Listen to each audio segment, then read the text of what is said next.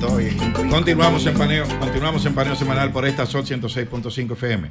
También en YouTube, en nuestro canal Paneo Semanal y en el canal de Sol 106.5 en nuestras redes sociales. Paneo Semanal, que nosotros hacemos un programa fuera del aire que se llama Paneo Semanal fuera del aire. Si ustedes oyeron algo, es eso. Sí. Pero cero chisme ni nada. Bueno, vamos a darle unos minutos a nuestros oyentes que quieran interactuar porque nos pasamos en el bloque anterior. Así que, Starling, los teléfonos. Comunícate 809-540-1065 1-833-610-1065 desde los Estados Unidos. Sol 106.5, la más interactiva. Buenos días, ¿quién nos llama y de dónde? Sí, buena, le habla Darío Rosario de la zona oriental. Bien, adelante. Mira, hermano, yo tengo una inquietud que me gustaría oírla de ustedes, que son los que saben. Con relación a Israel y a Gaza, ¿qué hacemos con Israel, con estas personas, los palestinos? Que según tengo entendido, esa gente hacen túneles, los terroristas hacen de todo ahí adentro. Entonces yo me pregunto, como dominicano que soy, si en mi casa, que yo mantengo mi casa, que yo soy el papá de la casa, mi hijo, yo trato de que no me meta en mi casa nada malo, o si no tengo problema con él. Entonces, ¿por qué es que yo veo que hay túneles de todo? Porque se supone que si los terroristas hacen todo lo que hacen, es porque se lo permiten. Y si tú se lo permites, y tú eres presidente o guardia de allá, no sé qué de allá, entonces yo me imagino que tú no puedes estar yo por algo de que tú permitiste dentro de tu casa, porque eso que está ahí no se formó de que ellos hicieron los túneles en 2 días y ya, y eso fue años que esa gente. Entonces, me gustaría oír de ustedes qué uno debe de hacer si me tiran una piedra, el vecino de al lado de mi casa, ¿para dónde yo tengo que tirar la piedra? O sea, ¿para dónde qué yo debo de hacer? Escucho por la... Gracias. Mire, es un tema de seguridad de cada país. Recuerde que es una facción en guerra. Gaza es una zona ocupada desde hace décadas. Y bajo el control de Hamás. Y bajo el control de Hamás y toda la seguridad es bajo el control israelí. O sea, imagínese una gran jaula de 300 kilómetros cuadrados donde hay 2.3 millones de personas. Buenos días. Se fue ese. Pues para continuar diciéndole al oyente, son territorios, es una zona hostil y realmente se defienden, se atacan. Los palestinos de Hamás, no todos los palestinos, Hamás ha atacado sistemáticamente al Estado israelí. Buenos días, ¿quién nos habla y de dónde? Buenas, ¿cómo estamos? Bien, ¿quién nos habla y de dónde? Soy yo, Feliz Roberto, ¿cómo estás, Santo Domingo? Hola, Roberto, ¿cómo estás? Muy bien, mira, el problema que tiene República Dominicana con Haití es el mismo problema que tiene los Estados Unidos ahora mismo con la migración.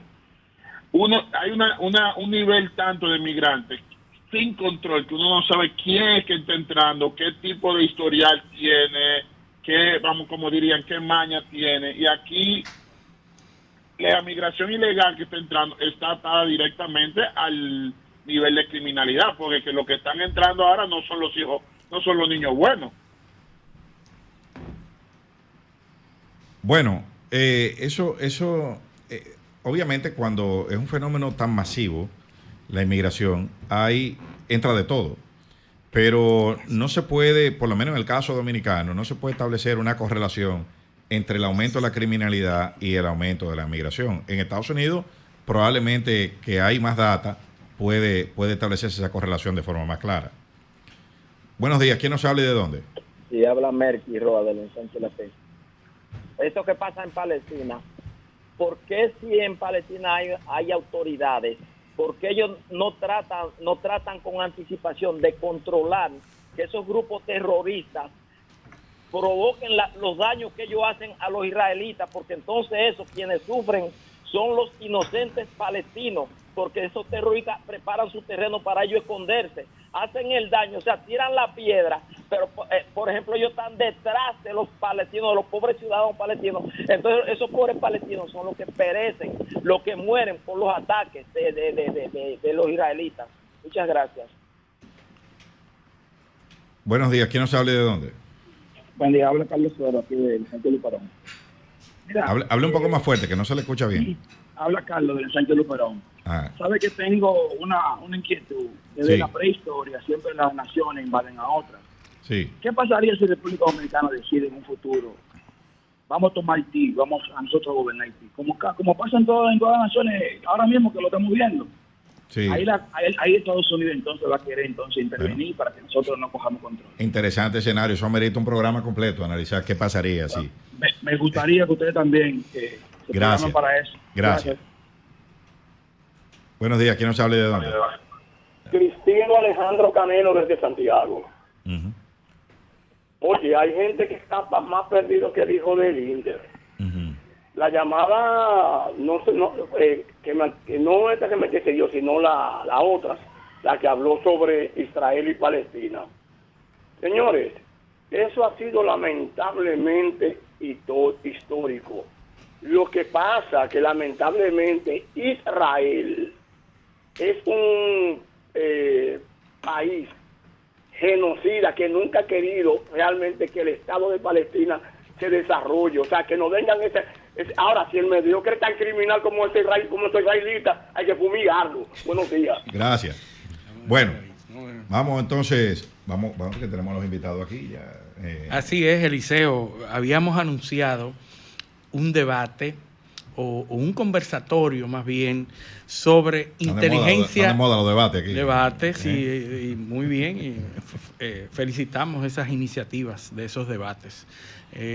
Aquí tenemos 3 de los especialistas más preparados que tiene la República Dominicana en el tema de inteligencia artificial. Y no solo en temas conceptuales de conocimiento, sino de la práctica, porque son personas que han participado activamente en la conformación y programación de instancias de inteligencias artificiales en nuestro país, que no todo el mundo conoce, pero en este país hay personas capacitadas que están utilizando inteligencias artificiales y están programando y conformando inteligencias artificiales.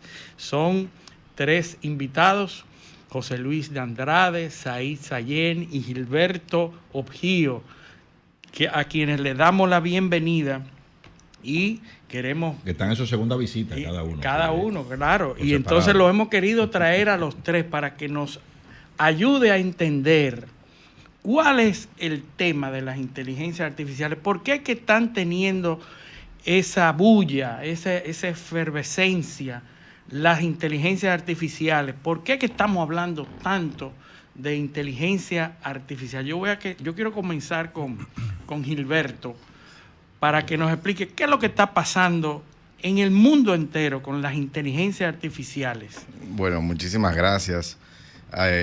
Y en especial a quienes nos escuchan. En efecto, la inteligencia artificial es el tema de boga en el mundo no solo empresarial, sino político y digamos que de Wall Street. El tema de las inversiones y lo que se ve como el crecimiento potencial que va a tener la inteligencia artificial en la dinámica de la productividad de las empresas y del mundo, expresada como la forma de aumentar la productividad agregada de una cierta economía al dotar a su población de herramientas que acorten los tiempos en el que las tareas se realizan.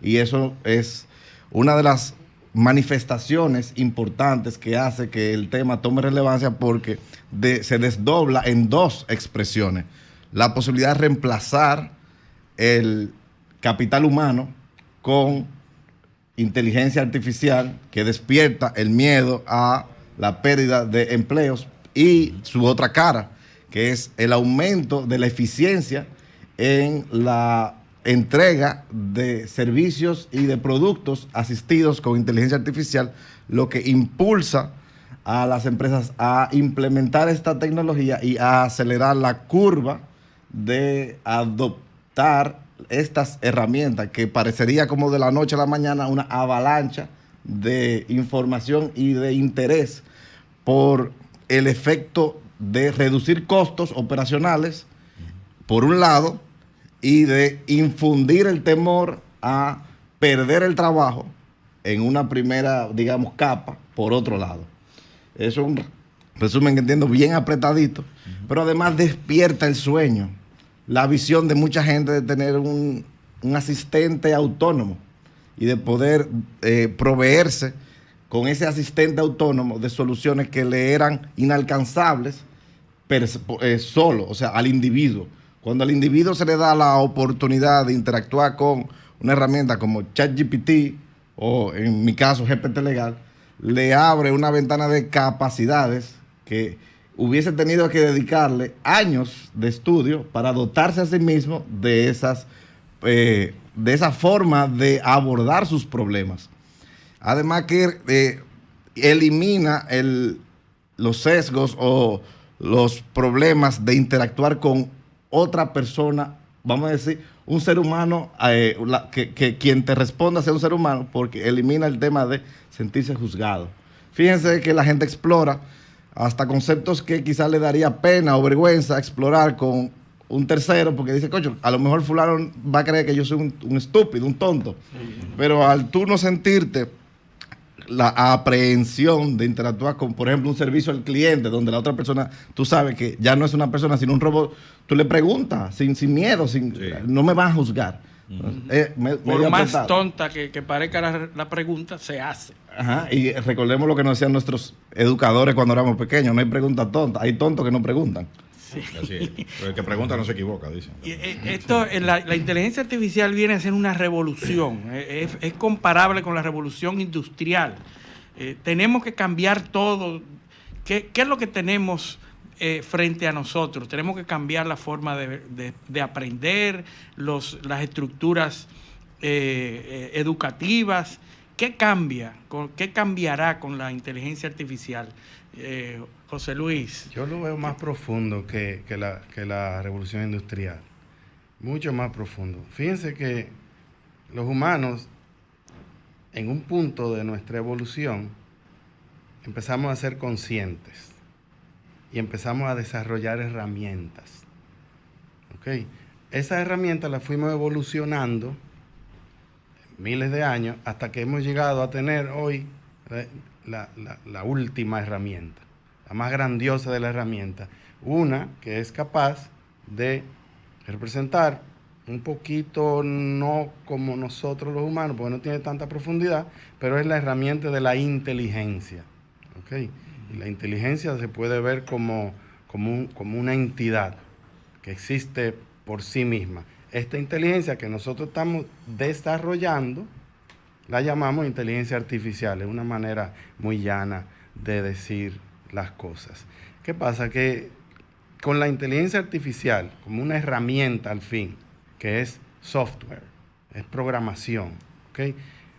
Que eventualmente va a seguir evolucionando hasta que llegue a un punto que no sabemos dónde va a llegar. Y ahí hablan de inteligencia artificial general.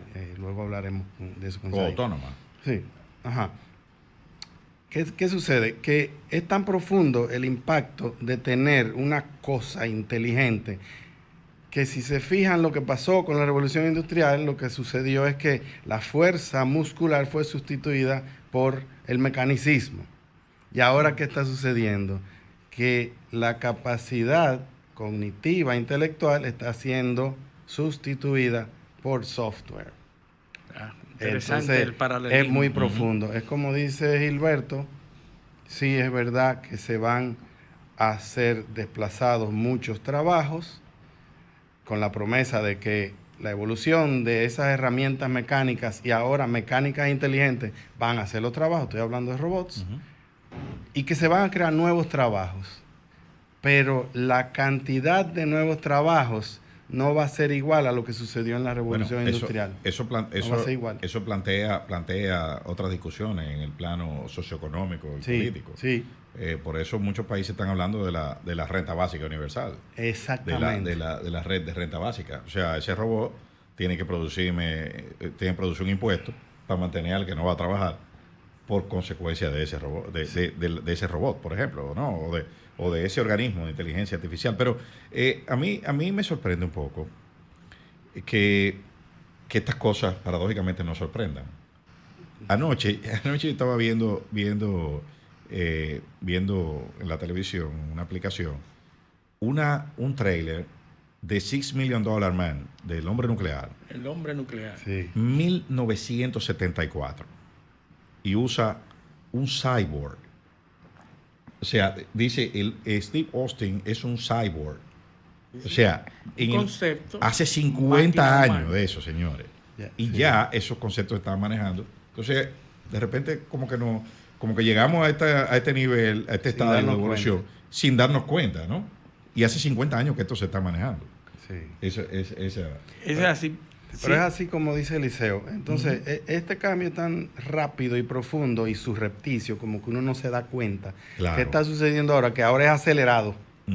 Antes podíamos anticipar, dentro de tanto tiempo vamos a tener tal cosa, pero ahora es exponencial. Entonces, no vemos y va a llegar un momento que vamos a despertar. ¿Y dónde estamos? Eso te lleva a las novelas de Isaac Asimov. Claro. Sí. Yo Robot. Fundación. O sea, y de Orwell, más para atrás, la telepantalla, o sea, 1984. Entonces ahí es donde hay que pensar en eso, en la especialidad que tiene nuestro amigo. Y Gilberto, son los creadores de ese orden de regulaciones. Entonces hay que hacer políticas públicas para anticiparnos a ese cambio que va a trastornar todo el sistema económico, laboral, y entonces con una población envejeciente que va a necesitar cuidados. Con una lógica de regulación que va después del hecho. No antes. O sea, exacto. Said, yo quiero preguntarte, ¿qué tenemos que comenzar a cambiar? O sea, frente a esta realidad que es la inteligencia artificial, que ya vamos a hablar en el programa, todas las nuevas instancias que están surgiendo y todos esos avances. Pero, ¿qué es lo que se le recomienda a la población en general que haga frente a esta realidad de la inteligencia artificial? La población, porque ya vamos a hablar de los gobiernos y las regulaciones. ¿Cómo enfrentar esta realidad de la inteligencia artificial a nivel de población? Bueno, muchas gracias por la invitación. Con respecto a los puntos iniciales de José y Gilberto, quería agregar algo antes de responder tu pregunta. Sí, excelente. Y creo que se debe de comprender que estoy de acuerdo con José que sí, que la revolución tecnológica de la inteligencia artificial es más profunda que la industrial, porque en la industrial se manufacturaba el poder, la capacidad cinética de las máquinas, el poder para poder hacer cosas. Pero hoy en día parece que estamos desarrollando una tecnología con la cual se puede manufacturar la inteligencia humana, las cosas que los humanos pueden hacer utilizando su cerebro, puede ser replicada por una máquina que no tiene experiencias humanas. Que era lo que nos distinguía, ¿verdad? Que era lo que nos distinguía y que de hecho se pensaba que los productos de la creatividad humana, como las obras artísticas, las imágenes, el diseño gráfico, eso iba a ser de lo último en irse si iba a ser reemplazado en algún momento por la inteligencia artificial. Y ya vemos que han habido unos avances extraordinarios. Y para unirlo con el punto de Gilberto, más bien no creo que son las ganancias en eficiencia que nos están haciendo a nosotros hablar mucho de la inteligencia artificial. No, yo creo que más bien es la demostración que hemos visto. Hemos utilizado los sistemas como ChatGPT, como DALL-E para generar imágenes, y el desempeño de esos sistemas ha sido sorprendente. Estamos viendo por primera vez una máquina que de hecho puede hacer algo tan bien o mejor como un ser humano, una cosa que solamente la inteligencia humana era capaz de hacer anteriormente, y al ver eso fue lo que fue el punto de inflexión a mi entender. Porque de hecho las mejoras en eficiencia, las ganancias en eficiencia, la optimización del proceso, ya eso llevaba un tiempo desarrollándose desde antes de que salió ChatGPT. Entonces yo creo que hubo un momento donde explotó en la imaginación de la población, que tiene que ver con más bien ver un desempeño increíble, que una máquina te puede hablar en cualquier idioma de una manera extremadamente fluida, es algo que fue muy sorprendente porque anteriormente el lenguaje fluido, las oraciones que tienen sentido y coherente, que responden a tu pregunta, que tienen un concepto de la relevancia de una conversación, de una pregunta, son cosas que solamente podía hacer un ser humano. Y de hecho ahora podemos interactuar con un sistema que es increíblemente capaz y que sabe mucho más que un solo ser humano. Tiene mucha más información. Entonces, para responder tu pregunta de qué debe de hacer la población ante esta tecnología, yo creo que lo primero que debe de hacer es tener un poco de los conceptos básicos de qué es la inteligencia artificial y tener una comprensión de que la tecnología sigue siendo algo muy simple si se comprende en términos absolutos de qué trata la tecnología. Por ejemplo, en el caso de ChatGPT, eso es un modelo de lenguaje. Un modelo de lenguaje, hablando de un punto de vista técnico, es simplemente un sistema informático que predice las próximas palabras basadas con las palabras con las que se alimentó anteriormente. Entonces, esa relación de cómo la predice, hay distintas metodologías, pero en sus fundamentos es simplemente un modelo de lenguaje, es algo que está prediciendo las próximas palabras basadas en la palabra anterior, y eso no implica ningún tipo de comprensión a nivel del ser humano. Detecta un patrón, detecta patrones y entonces a partir de ahí genera lo que pudiesen ser las próximas respuestas. En el caso de algo como ChatGPT, detecta patrones basados en un corpus de texto enorme que abarca todo el Internet. Las respuestas comienzan siempre de la misma forma, casi todas. Si uno se pone a analizarla, cuando uno le hace preguntas a ChatGPT, sí, tiene un estilo ahí. Responde más o menos de la misma forma en la parte característico. Sí, es bueno que la gente empiece a utilizar ese tipo de herramientas como la que está desarrollando nuestro amigo Gilberto del GPT Legal. Que aprovecho a los oyentes a que busquen GPT Legal en Google y que lo utilicen, que es una instancia de lenguaje amplio, ¿verdad? Desarrollada con la legislación dominicana. Ustedes ven en su momento libre, están cerca de una computadora, búsquenla y utilícenla, suscríbanse, para que ustedes vean lo bien desarrollado y lo amplio que es como si usted interactuara con un abogado real. Un abogado artificial, un abogado artificial. Y ahí podemos ver un poquito de ese desplazamiento del trabajo, pero que no es que sea ni bueno ni malo, es una realidad. Son herramientas, son software que se están desarrollando. Ahora, ¿dónde yo le veo a este tipo de herramientas el beneficio, en este caso para el abogado? Son herramientas conversacionales, están basadas en un modelo de lenguaje, en esos patrones que dice Eliseo, patrones de combinación de esta palabra, tiene proximidad con esta otra y van casi juntas, ¿ok? O van juntas y tiene relación con otras. Ve patrones. ¿Qué sucede? Que tenemos que tener en cuenta que estos modelos no son perfectos. Entonces uno tiene que hacer ese trabajo de revisión.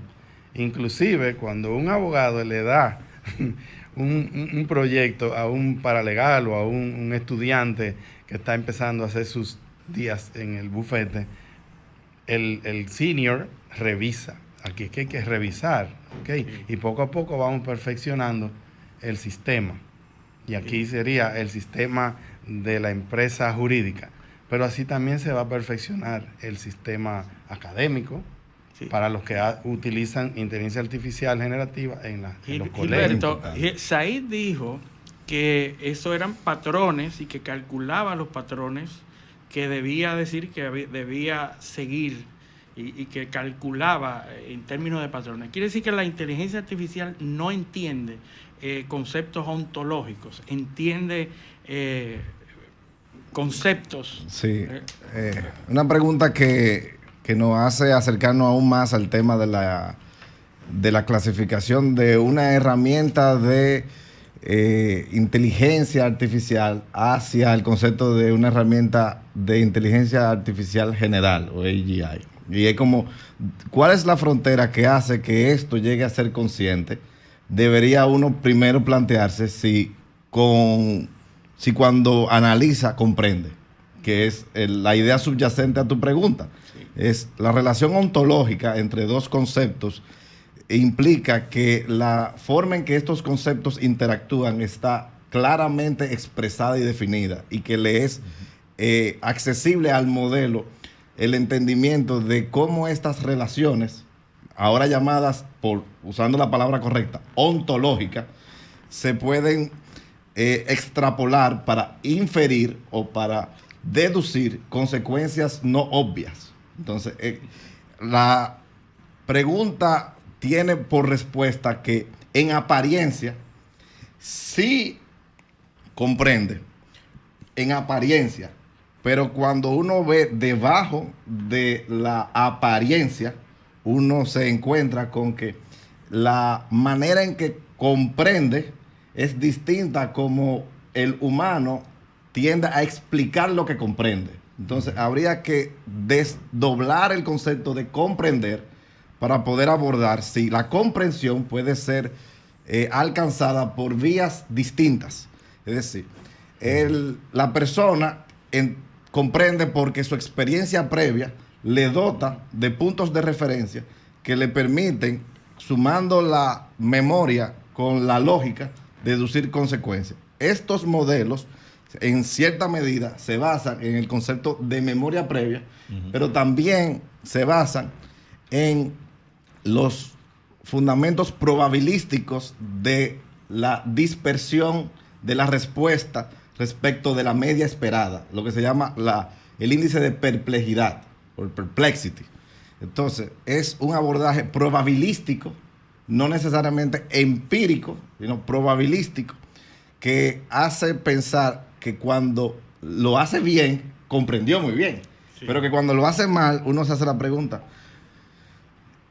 ¿lo hizo mal por qué? ¿Porque no comprendió? ¿O porque la pregunta que yo le hice estaba carente de los elementos subyacentes que le hiciesen despertar las conexiones ontológicas que hubiese hecho que uno creyera que entendía? Y yo sé que he divagado en una nube de conceptos que puede alejar a las personas que son ajenas de esto del entendimiento, así que lo voy a concretizar a lo más sencillo posible. Un test de Turing aplicado al estado de la ciencia de hoy nos haría casi concluir que sí entiende, que sí es verdad que entiende. Pero cuando uno le hace preguntas, por ejemplo, matemáticas, o que van más allá del poder predictivo, como por ejemplo, hazme un chiste con una conclusión que sea asombrosa. Puede ser que, o tú le dices, hazme un poema que rime en la última palabra de la última oración. Como él no sabe cuál va a ser la última palabra de la última oración antes de comenzar a escribir, cuando llegue a la última palabra de la última oración va a ser una decisión arbitraria respecto del modelo, cuál es la última palabra. Y ya ahí habrá perdido la posibilidad de alterar el contenido previo. Entonces, como no tiene una función regresiva al final, sino solamente durante el proceso de cálculo en las redes neuronales, tú te puedes encontrar con que no te va. Es más, tú le dices, escríbeme un texto de 4,000 caracteres exactamente, y probablemente cuando tú lo cuentes no son 4,000 caracteres. No. Porque él no va a ir contando. Entonces, es una forma distinta de abordar el problema. La forma que fue entrenado, ¿verdad? No, tu pregunta es si entiende las relaciones ontológicas entre los conceptos. Sí, sí. Y la respuesta es, no lo entiende como lo entiendes tú. Sí, porque es que todavía no tienen capacidad de razonamiento. Es que hay áreas científicas. En el derecho, por ejemplo, es muy difícil tú, como hay tantos métodos de interpretación diferentes y tantas vías para llegar a conclusiones que a veces son iguales, pero muchas veces son distintas, porque en derecho como la matemática, muchas veces el procedimiento es más importante que el resultado. Entonces, ahí es que viene el desafío. Y te voy a dar una idea que puede ser muy ilustrativa. Sí. La mayoría de las personas, tú le haces una pregunta, ellos saben la respuesta, o sea, tienden a creer que saben la respuesta y luego te dan la justificación. Estos modelos te van justificando y te dan la respuesta al final. Con esto decirte que ellos no siempre ven después de la curva. Ellos van construyendo la curva a medida que ven. Así es. Bueno, pero tenemos que irnos a una pausa. Esto se está poniendo interesante. Estamos como calentando la cuestión. Sí. Vámonos a la pausa. Este es Paneo Semanal, no le cambien. 5 FM. También en YouTube, en nuestro canal Paneo Semanal y en el canal de Sol 106.5.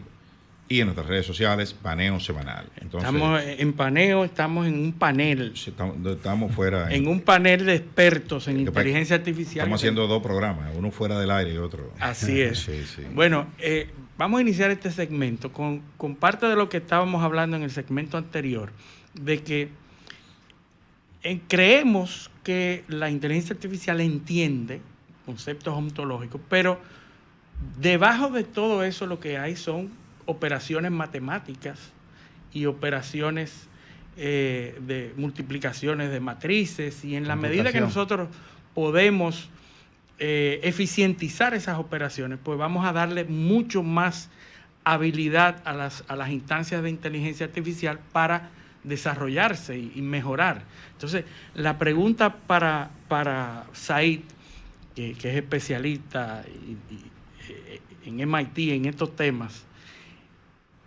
entienden lo mismo que le pregunté a Gilberto, pero ¿qué tan cerca estamos de que esas instancias lleguen a la AGI o la inteligencia artificial general?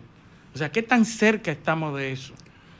Bueno, para comenzar, ¿qué es la AGI? Inteligencia Artificial General. Eso es un sistema de inteligencia artificial que puede hacer toda tarea intelectual de la cual un ser humano es capaz. ¿Qué tan cerca estamos de eso? Bueno, la razón por la cual me parece a mí que los sistemas actuales no tienen comprensión real, y existe la pregunta de si la comprensión real es necesaria para muchas de las tareas que se hacen de día a día, yo creo que no. Yo creo que por eso puede ser que ya hemos desarrollado un sistema que puede reemplazar mucho de lo que hace el ser humano, pero no necesariamente todo. Ahora, yo considero que no es algo que comprende realmente, porque no tiene la capacidad de hacer la innovación conceptual que puede hacer un científico de punta, un matemático de lo más brillante del planeta. No tiene la capacidad de ese tipo de originalidad en el pensamiento. ¿Por qué? Porque está entrenado con datos generados por seres humanos y solamente puede interpolar relaciones entre esos datos, no puede extrapolar algo completamente nuevo. Se le presenta algo que es completamente nuevo, no va a poder manejar ese comando y no te va a poder una respuesta que sea útil para ti. Que no puede crear conocimiento. No puede crear conocimiento en el sentido de que involucre algún tipo de avance conceptual, diría yo. En ese sentido no es capaz de hacer eso, y por ende yo creo que aunque muchos seres humanos no se dedican a ese tipo de labor intelectual, todos tenemos la capacidad, y creo que está unido a nuestra habilidad intelectual innata. Y por ende creo que solamente si se puede replicar esa capacidad que tiene todo ser humano, aunque no todo el mundo la manifieste, estamos bastante lejos de uno poder decir que se va a desarrollar la AGI o la inteligencia artificial general. También quiero hacer otra observación, es que el mismo ser humano no es una inteligencia absolutamente general. Somos seres humanos que nos desarrollamos en un ambiente específico, evolutivo, y desarrollamos la capacidad para contender con esos ambientes sociales, físicos, culturales, y eso no implica una habilidad general, completamente general, sino sigue siendo bastante especializada, pero muchísimo más general que la de las máquinas actuales. Eso es un punto que quiero observar, porque el término también no me parece muy adecuado. Estamos partiendo de que hay un concepto homogéneo de inteligencia que se aplica a los seres humanos, y que entonces estamos para hacer el contraste o la comparación, pero eso no es así, como tú acabas de decir. De hecho hay, según Howard Gardner, hay 12 tipos de inteligencia.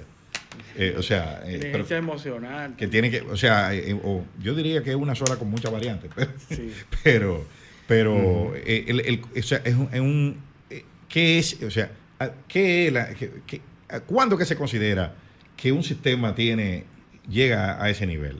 Porque basado en eso que está diciendo, es más difícil poner la línea de cuándo habremos llegado. Pero fíjense que la inteligencia es una habilidad emergente, y hasta ahora nada más lo hemos visto en seres vivos, ¿sí? Como habilidad. Sí. Okay. Y nosotros somos conscientes de la inteligencia a partir de cierto punto. ¿Podrá la inteligencia artificial crear conocimiento como el ser humano? ¿O el ser humano crea conocimiento o los analiza? Sí, la crea. O sea, desde cierta perspectiva, probablemente filosófica o teológica. No, ¿verdad? Porque nosotros tenemos dentro ese estado de ser, de creernos superiores a todo lo que existe en el universo. Pero tenemos que humillarnos un poquito y darnos cuenta de que nosotros somos una cosita así dentro del universo. Como lo que decía él, nosotros no somos totalmente inteligentes. Para que tengan una idea, por los ojos entran 10 millones de bits por segundo. 10 millones de bits. Y por el oído entran 100.000 bits por segundo. ¿Cuánto utiliza el cerebro para crear una visión de la realidad, entre comillas? La realidad que me permite sobrevivir. La realidad que me permite tener esos inputs de los 5 sentidos. Del tacto, el gusto y todo eso. Pero vamos a hablar nada más de esos dos. De los ojos y el oído. 10 millones de bits por aquí y 100.000 bits por aquí. Por segundo. ¿Cuánto utiliza? De los 10 millones utiliza 40 bits. Con 40 bits el cerebro dice, esto es lo que hay. Esto es un micrófono, esto es un humano, Y lo que entra por aquí, de los 100.000 bits, nada más utiliza 30 bits. Imagínense esa capacidad de eficiencia que tiene el cerebro humano. Pero si entran 10 millones de bits por los ojos, ¿dónde está la información que hay en lo otro que nada más utilizó 40? ¿Entiendes? Entonces uno empieza a cuestionarse qué es la realidad. Uno empieza a cuestionarse, wow, entonces mi cerebro es una máquina inteligente, orgánica, que trabaja con un algoritmo. Entonces esa inteligencia es reproducible con otra máquina, que es la que estamos en las computadoras, pero el algoritmo es distinto. El algoritmo que hay aquí adentro es distinto al que nosotros le estamos metiendo a las computadoras. Hay un anuncio, anuncio que salió hace un par de días. Para cerrar la pregunta, ¿es capaz de crear conocimiento? Mira, 2 áreas donde se está utilizando mucho inteligencia artificial es en creación de nuevos materiales y también en el área de biotecnología para creaciones de proteínas y ¿cómo se llama? Vacunas. Creo que la última vez que se han descubierto, creo que son 40.000 nuevos materiales. Lo descubre la inteligencia artificial. Sí, porque fíjense lo que pasa. El hándicap del cerebro es que es una máquina constructora de atajos. O sea, el cerebro lo que busca es lo más fácil. Es la función de ahorro de energía. Ahorro de energía, por ahí va la cosa. Exacto, pero eso no necesariamente la inteligencia artificial va orientada en esa misma dirección.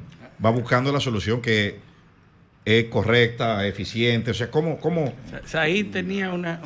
Ahí yo te puedo decir algo. En los usos de caso que, José, tú comentabas, mi pregunta para ti es, ¿tú crees que se está utilizando la inteligencia artificial como una herramienta, como se utiliza un microscopio o un telescopio, que ayudó a los seres humanos a adquirir nuevo conocimiento, ayudó al descubrimiento del conocimiento, pero no fue el microscopio o el telescopio que descubrió el conocimiento, no fue esa herramienta por sí sola que adquirió conocimiento? Entiendo. En el caso de inteligencia artificial, ¿por qué no pensar que es algo paralelo o análogo? Sí, como herramienta todavía no es capaz porque no tiene capacidad de razonamiento. Entonces no puede decir, hey, esto es nuevo, porque además no tiene la totalidad del conocimiento que hay en el mundo. Todavía no hemos, y eso es parte de los problemas que tienen estas empresas. Ellos quieren nuevo texto, nueva información y se le están cerrando la puerta. Hey, esta propiedad intelectual es mía, yo no te voy a dar esta información. Me gustaría pensar un poco sobre qué constituye conocimiento nuevo. Fíjense, el método científico por el cual la comunidad de humanos decidimos que algo es válido respecto de el tercer observador es agotar un proceso de hipótesis, experimento, comprobación y permitir a terceros auditar. Confirmado esto, el peer review, se considera que ese conocimiento es válido hasta verificación ulterior. ¿Cómo se usan estas herramientas? Se usan como procesos paralelos masivos de hipótesis y descarte, donde la inteligencia artificial va secuencialmente agotando parámetros hipotéticos de posibles combinaciones y reconfiguraciones de un universo de tareas, en este caso, de pruebas entre diferentes sustratos para identificar si sus componentes pueden generar una aleación nueva. En el contexto de agotar un universo de hipótesis, de acelerar la experimentación y de confirmar o descartar conocimiento previo, debemos concluir que agotado el procedimiento del método científico, el conocimiento generado es nuevo. Porque eso es lo que haría el ser humano. La pregunta es, si yo pongo a un AI y le hago la pregunta, ¿cómo harías avanzar la sociedad?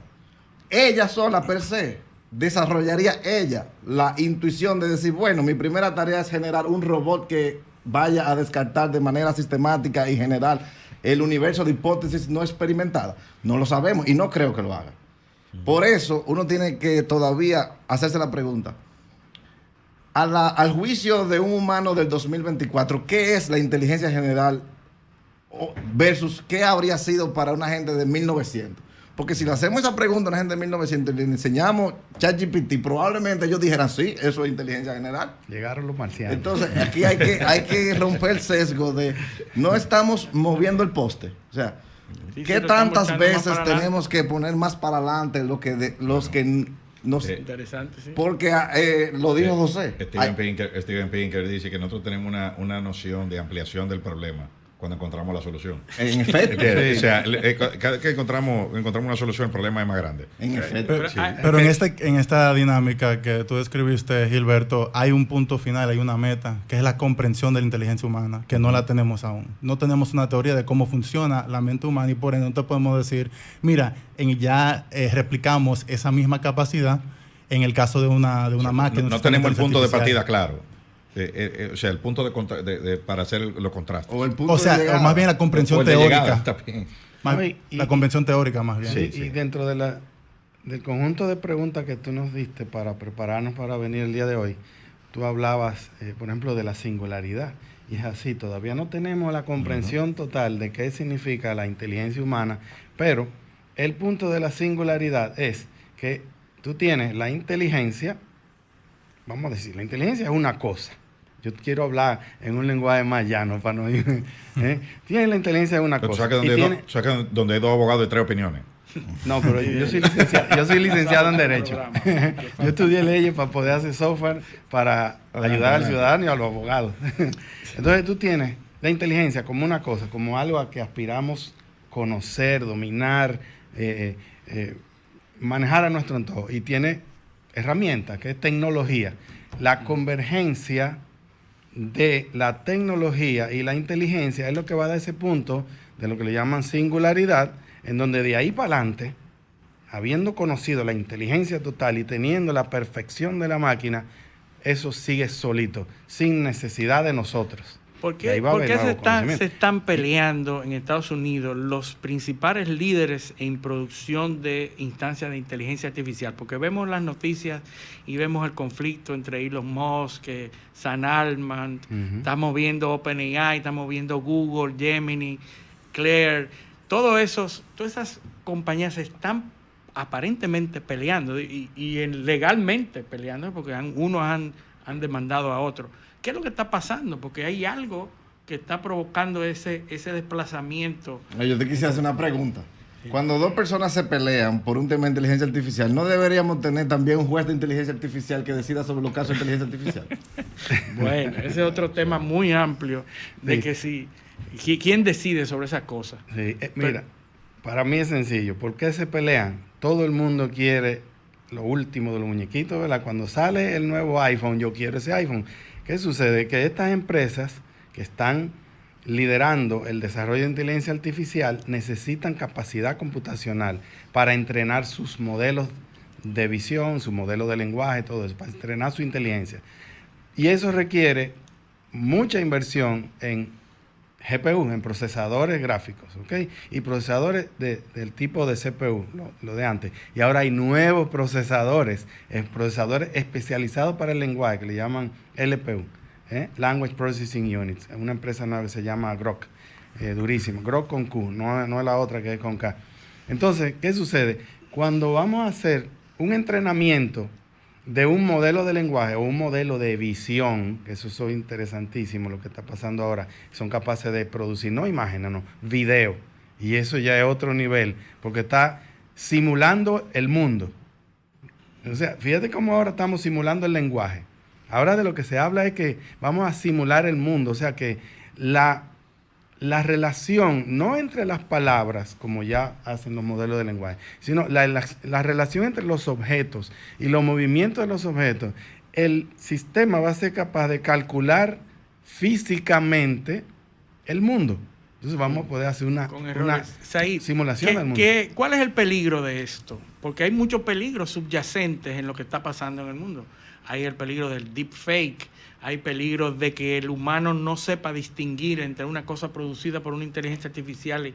¿Qué subyace ahí? ¿Cuál es el miedo de esto? Sí, precisamente con respecto al modelo del cual hablaba José, ahí existe la posibilidad de crear de manera extremadamente personalizada e hiperrealista videos, imágenes que puedan representar lo que se le ocurra a la persona que utilice el modelo para confundir a las personas sobre lo que está pasando en su vecindario.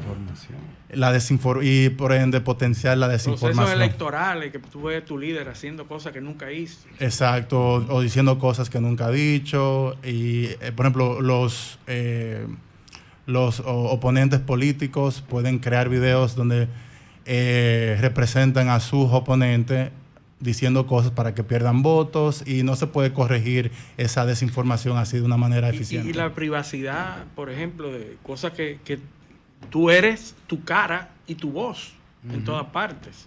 Y cuando una inteligencia artificial es capaz de recrear eso y simularlo, hay un peligro increíble en el framework que nosotros tenemos para la identidad. ¿Tú puedes poner un presidente declarando la guerra a otro país? Sí, sí. Por ejemplo, o sea, tú puedes anunciar una noticia falsa. Sí, pero atacaron a fulano, o sea, ¿entiendes? De todo tú puedes hacer. Sí, pero la propaganda no es una actividad nueva en la sociedad. No, claro ni que los no. usos militares Claro o de daño de las tecnologías, eso no es nuevo. Este es el último ejemplo de una larga lista de ejemplos en los que los humanos nos hemos vuelto creativos en engañar a nuestros pares. Sí. Y la afirmación misma de que los deepfakes pueden engañar a quien lo observa es casi un halago al estado de la tecnología.